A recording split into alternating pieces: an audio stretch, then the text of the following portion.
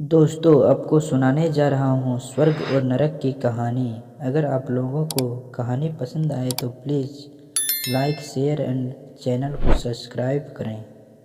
एक बार की बात है, गांव में एक पवित्र व्यक्ति रहता था। वह हमेशा स्वर्ग और नरक के बारे में जानने के लिए उत्सुक रहता था। एक दिन पवित्र व्यक्ति भगवान से मिला।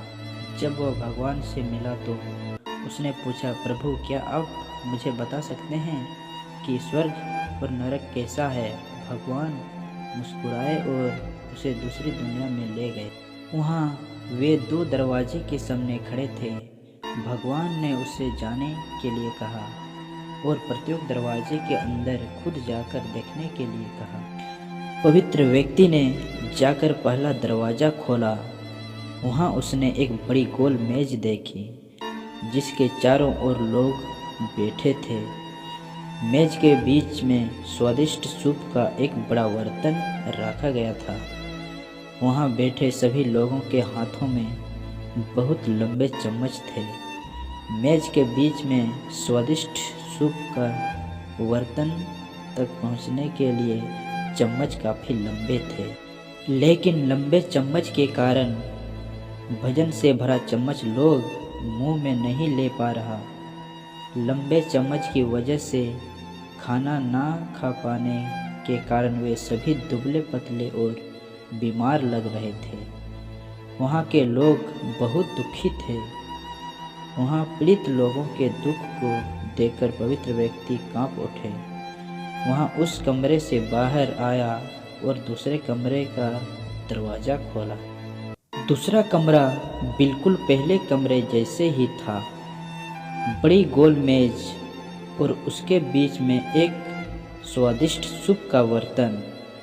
वहाँ बैठे सभी लोगों के हाथों में लंबे चम्मच था, लेकिन वहाँ के लोग स्वस्थ थे।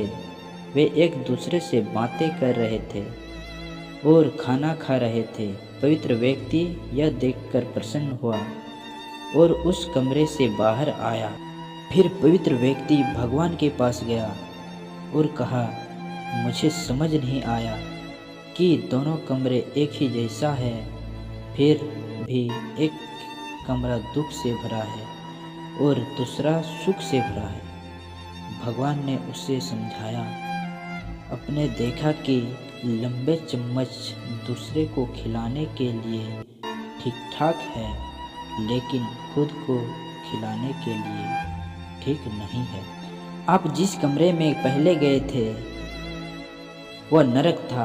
वहाँ के लोग लालची हैं और केवल अपने बारे में सोचते हैं, दूसरे की मदद नहीं करना चाहते हैं, जिसके कारण वे अपना पेट नहीं भर पा रहे हैं और दुख झेल रहे हैं। और दूसरा कमरा स्वर्ग था। यह उन लोगों से भरा है जो एक दूसरे की परवाह करते हैं और प्यार करते हैं, एक दूसरे को उन लंबे चम्मच से खिलाते हैं जिससे वे स्वस्थ और सुखी रहते हैं। शिक्षा: यदि हम एक दूसरे को समर्थन और देखभाल करें तो हम अपने जीवन को स्वर्ग बना सकते हैं और खुश से जी सकते हैं।